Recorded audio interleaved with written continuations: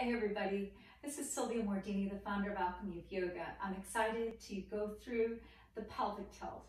So let's get started. Come on up to standing and then bring your hands out in front of you. Imagine that you're holding a tray, and if you tip that tray forward, everything's going to fall out of that tray. If you tip it backwards too much, then everything will fall towards you, right?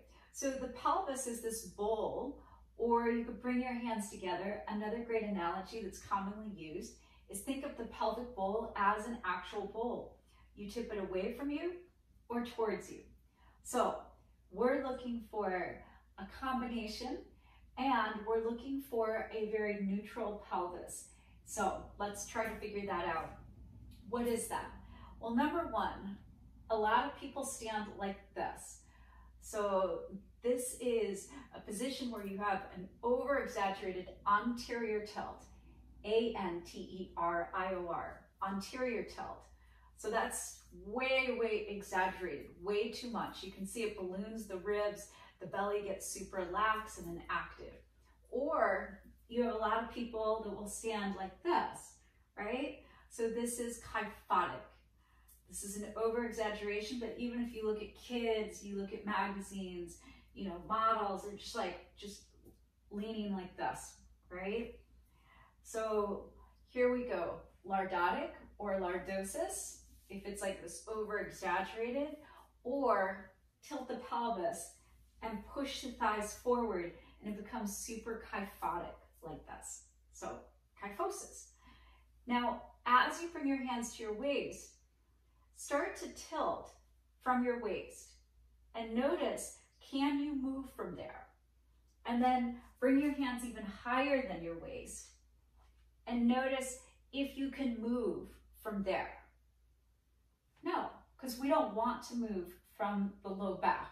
Instead, bring your hands to your hip bones, and then from your hip bones, from there, bend your knees and tilt your pelvis backwards and forwards.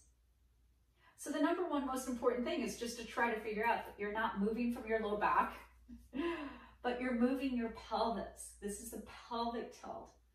And instead of going really exaggerated, start to find that you can move just a little bit more subtly. Start to straighten your legs and just a little bit, right? And then just a little bit, and then make it more and more subtle. Notice if your low ribs pop open, right? Then that could be a sign it's still too much anterior tilt, or here the posterior tilt. So slow down the movement. Posterior tilt. Are your inner thighs moving forward? Do you feel the weight on the outside edges of your feet? Are your shoulders slumping forward? Then this is too much posterior tilt, right? Keep your ribs tidy, move from your pelvis, and just more subtle. So instead of this to this, just a little bit and a little bit. Just more subtle, until you find just that right place.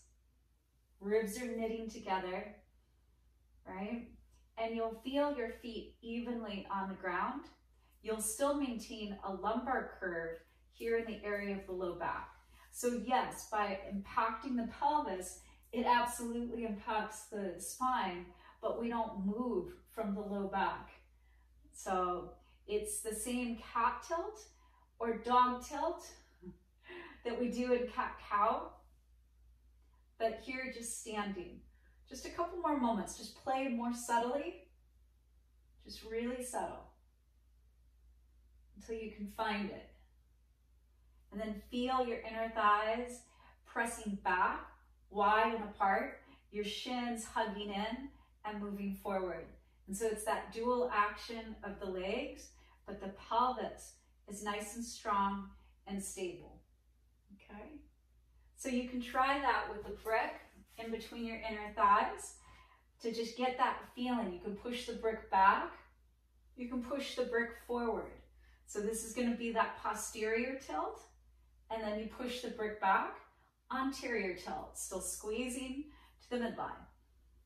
So here with our legs now, as you move the brick forward and back more and more subtly, we never want the brick to move forward so that the inner thighs are pulling apart from the front. The inner thighs have an internal rotation. So that's just the way our anatomy is set up. So as you press back with the brick, feel how it's just that subtle action, low ribs closed, squeeze into the midline so that you feel strength in your center. And you can make this pelvic tilt by pressing the brick back the whole time, even more subtle. And what you'll feel is how strong your inner thighs will become from making this a really subtle tilt to the pelvis, but all the time keeping the brick back. Until then you find it. You're like, yep, that's it. And then there you go. So it takes a little bit of practice, but some of the fun movement therapy that we can do is simply just moving around in the hips to just try to find some movement to begin with. You can move in circles, you can move side to side,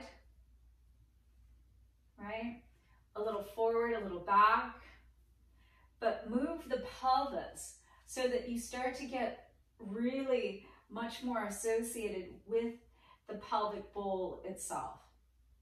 And this is also referred to, as we know, the pelvic lumbar rhythm. So again, get the clearing, make sure that any tendency you have. So this is how I would just stand all the time. I have to work really hard to just not overdo that anterior tilt and keep everything knitted in to the midline. Otherwise, I'll just hang in that space and collapse all the way into my low back. And then any pose that you add on from this is going to have that same equal alignment, and all of your standing poses come from this one. Hope that was helpful. Enjoy the rest of your day. May you love yourself, love your day, and love your life.